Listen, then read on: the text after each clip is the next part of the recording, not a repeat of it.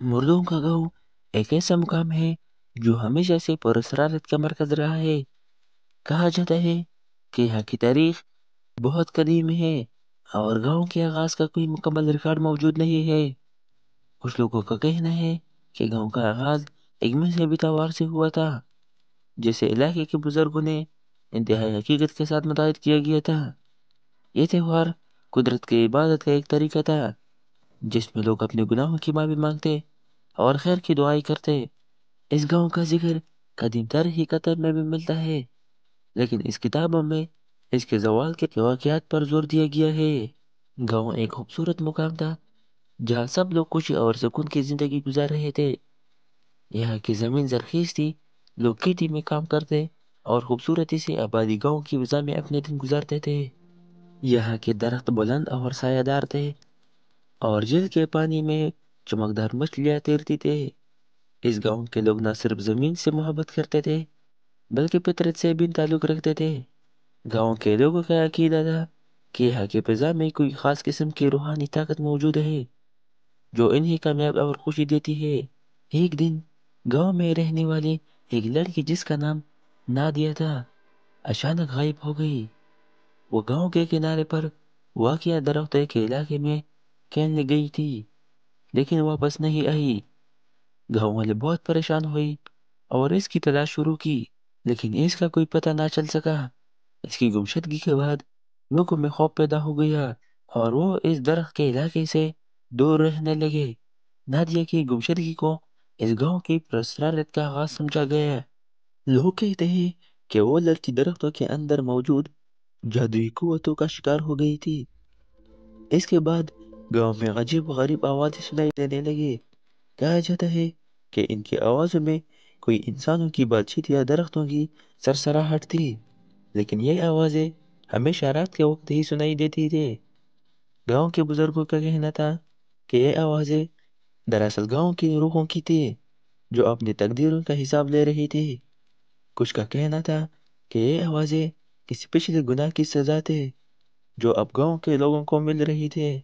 आवाज़ों का सिलसिला बढ़ता गया और इन दिन का गांव के लोगों ने महसूस किया कि इसके साथ एक और पुरस्कार वाक़या रूनुमा हुआ। गांव के आसपास एक झील थी, जिसके किनारे पर एक कदीम दरख्त मौजूद था। कहा जाता था कि यह दरख्त किसी जादूगर के जरिए लगाया गया था। दरख्त के जड़ों में अजीब सी हरकत महसूस की जाती थी और उनकी टहनियाँ रात के वक्त एक दूसरे से मिलने की कोशिश करते थे। गांव के लोग इस दरख्त से खौफ खाते थे, क्योंकि वो यकीन रखते थे यह दरख्त एक रूहानी दरवाज़ा है जो दूसरी दुनिया के दरवाजे से खोलता है। इसके बाद गांव में लोगों की गुमशुदगियां मामूल बन गई। लोग खुद ब खुद गायब होने लगे और उनकी तलाश में लगे हुए लोग भी कभी वापस नहीं आए। एक दिन गांव के जवानों ने फैसला किया कि वो इस गांव के राज का पता चलाएंगे, लेकिन जब वो गांव के प्रसारित हिस्सों में गए तो वो कभी वापस नहीं आए। गांव की भी आवाज फजा और खाली सड़कें हर आने वाले खौफ में मुब्तला कर देती थी, और इसके साथ साथ गांव की पुरस्कारत में इजाफा होता चला गया। आज भी मर्दों का गांव एक ऐसा मुकाम है जिसे लोग पुरस्कारत और राज से बड़ा समझते हैं। कुछ लोग कहते हैं कि गांव की तकदीर का कोई हल नहीं और यह हमेशा एक ऐसा राज रहेगा जिसका जवाब नहीं मिल सकेगा। इस गांव के बारे में आप जितनी मालूमात हासिल करेंगे, इतनी ही सवालात पैदा होंगे और शायद ये हकीकत कभी सामने ना आए। नादिया की गुमशुदगी के बाद गांव के लोगों का रवैया बदलने लगा। पहले जो गांव एक खुशहाल और पुरअमान जगह थी, अब वह एक खौफ की फजा छा गई थी। लोगों ने अपने घरों के दरवाजे और खिड़कियां ताला लगाना शुरू कर दिया और रात को बाहर जाने से इज्तनाब करने लगे। कुछ बुजुर्गों का कहना था कि इन पुरस्कार आवाज़ों के पीछे एक बदरूह या कोई शैतानी ताकत हो सकती है, जो लोगों को अपनी गिरफ्त में ले रही है। गांव के लोगों ने फैसला किया कि वो इस पुरस्कार ताकत के बारे में कुछ करेंगे ताकि वो गांव को बचाया जा सके। एक दिन एक मुसाफिर जादूगर गांव में आया। वो इस तजुर्बेकार आदमी था जो मुख्तलिफ पुरस्कार वाक़यात का पता चलाने का दावा करता था। इस जादूगर ने गांव के बुजुर्गों से मुलाकात की और उन्हें बताया कि इस गांव में एक कदीम जादू मौजूद है, जो गांव के लोगों को इस पुरस्कार की तरफ ले आया है। جادوگر نے بتایا کہ اس گاؤں میں ایک کھویا ہوا راز ہے جو کسی زمانے میں یہاں کی قدرتی قوتوں نے چھپایا تھا۔ اس جادوگر نے گاؤں کے لوگوں کو ایک مخصوص طریقے سے عبادت کرنے اور خاص دعائیں پڑھنے کا مشورہ دیا تاکہ اس پراسرار قوت کو کمزور کیا جا سکے۔ جادوگر نے گاؤں کے سب سے بڑے درخت کے قریب ایک مخصوص تقریر کا آغاز کیا۔ وہ لوگوں کو یقین دلاتا تھا کہ اگر وہ اس طریقے پر عمل کریں گے تو گاؤں کی پراسرارت اور طاقت کمزور پڑے گی۔ لیکن جیسے ہی تقریب شروع ہوئی، لوگوں نے محسوس کیا کہ اس جادوگر کی طاقت وہ نہیں ہے جو وہ دعویٰ کر رہا تھا۔ درخت کی جڑوں میں ایک اور عجیب تبدیلی آئی۔ جادوگر کی لگائی گئی جادو کے باوجود درخت میں مزید سرسراہٹ اور حرکت شروع ہو گئی۔ گاؤں کے لوگ یہ دیکھ کر اور بھی زیادہ خوفزدہ ہو گئے اور ان کے دلوں میں ایک سوال اٹھا، کیا یہ جادوگر واقعی اس جادو کا مقابلہ کر سکے گا؟ جادوگر نے درخت کے بارے میں مزید تحقیقات کی اور پتہ چلایا کہ یہ درخت دراصل ایک قدیم دروازہ تھا جو دوسرے دنیا سے جڑا تھا۔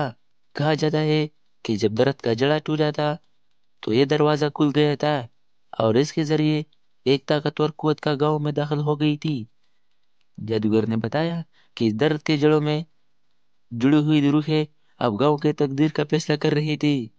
گاؤں کے لوگ یہ سن کر حیران رہ گئے اور انہوں نے فیصلہ کیا کہ وہ اس درخت کو مکمل طور پر ختم کر دیں گے تاکہ وہ اس طاقت کو دوبارہ آزاد نہ ہونے دے۔ ایک اور غمگین واقعہ اس وقت پیش آیا جب گاؤں کے ایک نوجوان لڑکے ساحل نامی کی گمشدگی ہو گئی۔ ساحل رات کے وقت اپنے دوستوں کے ساتھ درخت کے قریب جا رہا تھا تاکہ وہ اس درخت کے راز کو جان سکے، لیکن جب وہ واپس آیا تو اس کے ساتھ کچھ عجیب تھا۔ ساحل کی شکل بدل چکی تھی اور وہ ایک بالکل مختلف شخص کی طرح نظر آ رہا تھا۔ اس کی آنکھوں میں عجیب سی چمک تھی اور وہ باتوں میں بھی فرق محسوس ہونے لگا۔ اس وقت کے بعد گاؤں کے لوگ یقین کرنے لگے کہ درخت کی جڑوں میں چھپی ہوئی روحیں لوگوں کو جسموں کو کنٹرول کرنے کی طاقت رکھتی ہے۔ گاؤں کے لوگ اب سمجھ چکے تھے کہ وہ ایک ایسی طاقت کا مقابلہ کر رہے ہیں جو زمین سے باہر کی ہے۔ وہ یہ سمجھ نہیں پا رہے تھے کہ اس درخت اور ان پراسرار قوتوں کے پیچھے کیا راز چھپے ہوتے ہیں۔ انہوں نے گاؤں چھوڑنے کا سوچا، لیکن پھر بھی ایک امید تھی کہ شاید وہ اس پراسرارت کا تلاش کر پائیں گے۔ ان کے دلوں میں ایک سوال ہمیشہ رہا، کیا گاؤں کے زوال ہمیشہ کے لیے ہے؟ کیا یہ پراسرارت کبھی ختم ہوگی؟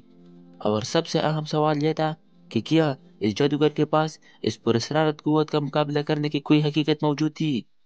گاؤں کے لوگوں نے فیصلہ کیا کہ وہ درخت اور اس کے راز کا مقابلہ کریں گے، چاہے اس میں انہیں کتنی ہی قربانیاں دینی پڑے۔ اس پراسرار قوت کا حقیقت میں مقابلہ کیا جا سکتا ہے یا نہیں، یہ سوال اب بھی باقی تھا، لیکن ایک بات واضح تھی کہ گاؤں میں جو کچھ بھی ہو رہا تھا وہ ایک نیا دور تھا اور اس کی تاریخ اب ایک پراسرار حقیقت بن چکی تھی۔